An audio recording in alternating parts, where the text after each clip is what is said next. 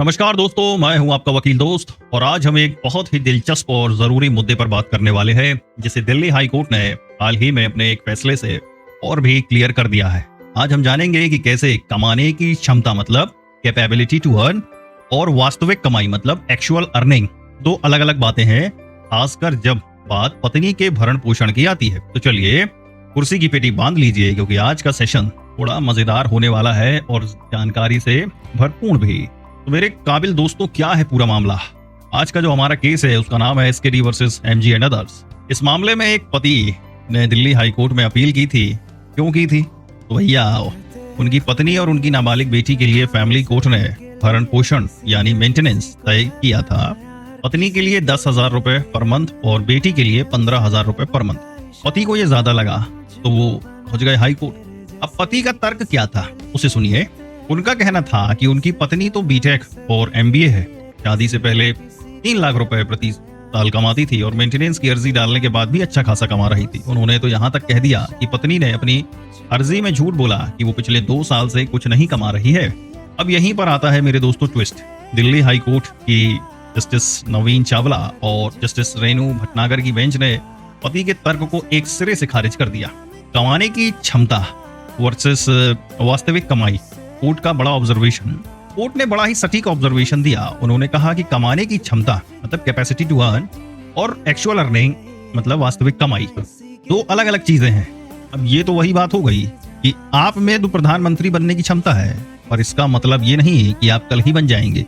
अब कोर्ट ने कहा कि जब पति पत्नी अलग हुए थे तब उनका बच्चा बहुत छोटा था। ऐसे में बच्चे की देखभाल के लिए पत्नी ने अपनी नौकरी छोड़ी हो सकती है और समय के साथ अनुभव की कमी या दूसरे फैक्टर्स की वजह से उन्हें दोबारा कोई अच्छी नौकरी मिलने में दिक्कत आ सकती है। कोर्ट ने साफ साफ कहा ऐसी परिस्थितियों में केवल उनकी कमाने की क्षमता के आधार पर उन्हें अपने और बच्चे के लिए भरण पोषण से वंचित नहीं किया जा सकता।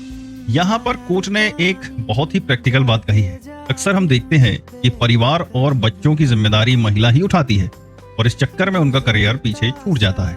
बाद में अगर पति छोड़ दे या अलग हो जाए तो महिला के लिए फिर से सब कुछ शुरू करना बहुत मुश्किल हो जाता है। कोर्ट ने इसी बात को समझा और पत्नी के पक्ष में फैसला सुनाया। पति के तर्क की धज्जियां कैसे उड़ी उसे समझते हैं। हाई कोर्ट ने नोट किया कि पति फैमिली कोर्ट में ऐसा कोई सबूत पेश नहीं कर पाया जिससे ये साबित हो सके कि पत्नी अभी भी काम कर रही है। सिर्फ कहने से थोड़ी हो जाता है। कोर्ट ने फिर से दोहराया कि पत्नी भले ही पढ़ी लिखी है, लेकिन ये बात मानी हुई है कि जब वे अलग हुए तब बच्चा बहुत छोटा था और बच्चे की देखभाल के लिए ही पत्नी ने नौकरी छोड़ी होगी।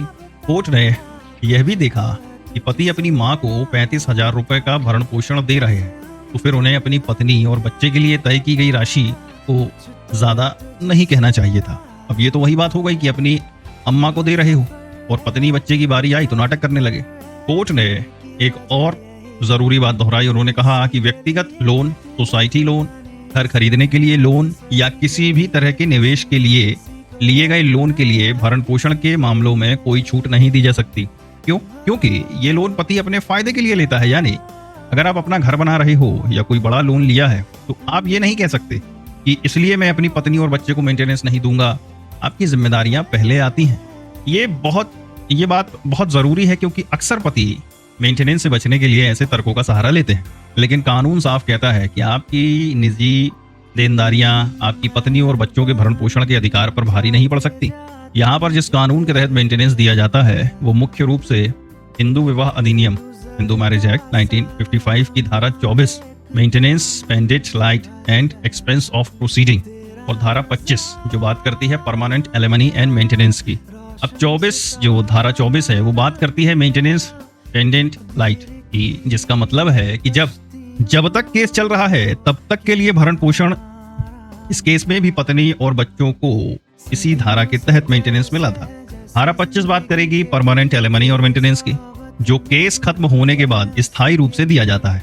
इसके अलावा कोड ऑफ क्रिमिनल प्रोसीजर 1973 की धारा 125 थी जो order for maintenance of wife, children and parents भी मेंटेनेंस के प्रावधान से संबंधित जो किसी भी धर्म के व्यक्ति पर लागू होती है।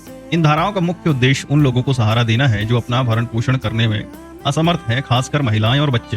तो मेरे दोस्तों, क्या सीखा आज हमने? इस पूरे केस से हमें ये सीखने को मिला कि कानून महिलाओं और बच्चों के अधिकारों को लेकर बहुत संजीदा है।